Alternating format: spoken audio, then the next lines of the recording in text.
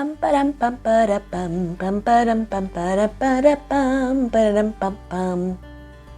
Oi, tu jau tur esi? Čau, čau! Šodien latviešu tautas pasaka par gaili, suni un kaķi.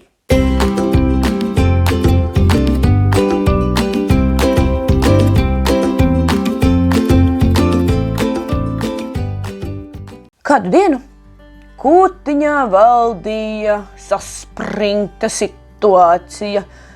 Klausoties no malas, nevarēja saprast, kas tur notiekās, bet jāteic, ka balsis bija paceltas un visnotaļ dusmīgs tonis. Tātad kaķis strīdējās, un izrādās savā starpā strīdējās gailis, suns un kaķis. Par ko strīdējās? Par to, kurš ir garšīgākais ēdiens pasaulē. Nu ko kaķis teica? Tā, ziniet, un tā pavisam nopietni. Garšīgākais ēdiens pasaulē ir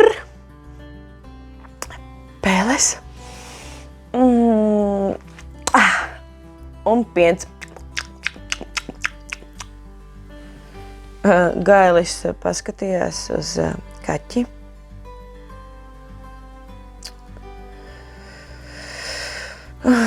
Un teica, nu, es tev nevarēšu piekrist. Garšīgākais ēdiens pasaulē un pavisam nopietni. Visgaršīgākais ēdiens pasaulē ir mieži. Vai kā es tagad labprāt paknābātu kādus svaigus, tikko no lauka novāktus miežus. Oi! Suns bija visnotaļ diezgan lielā neizpratnē. Viņš iztīrīja savas ausis. Nē, viņš nebija pārklausījies.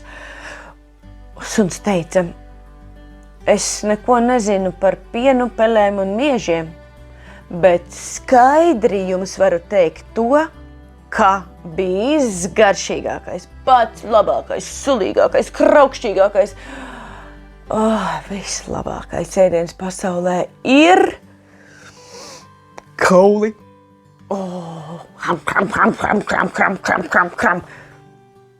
Vistrakākais tas, ka viņi jau tā arī netika pie gala rezultātu un nevarēja noskaidrot, kurš ir visgaršīgākais ēdiens pasaulē, un viņi strīdējās tālāk jau kuro nedēļu, jau kuro mēnesi, jau kuro gadu. Kam peles, kam piens, kam mieži, kam kauli? Lai jau paliek viņu ziņā. Bet pasaki, lūdzu, kā tu domā, kurš ir visgaršīgākais ēdiens pasaulē? Kas man garšo? Man garšo burkani, man garšo kūkas, man garšo pankūkas, man garšo zupas, man garšo kartupeļi, man garšo mērtes, man garšo salāti, kebabi, burgeri. Aizrāvos bišķiņ. Jā, bet kas tev garšo? Pastāsti, ieraksti komentāros. Bet tagad paldies tev, ka klausies, pasaku atā! Hei, hei! Ja tev patīk šī pasaka, ieliec īkšķīšus uz augšu, un ja tu vēlies dzirdēt arī citas pasakas, neaizmirsti abonēt kanālu Zuze lasa. Un vēl ieraksti komentārā, kādu pasaku tu gribētu dzirdēt nākamreiz.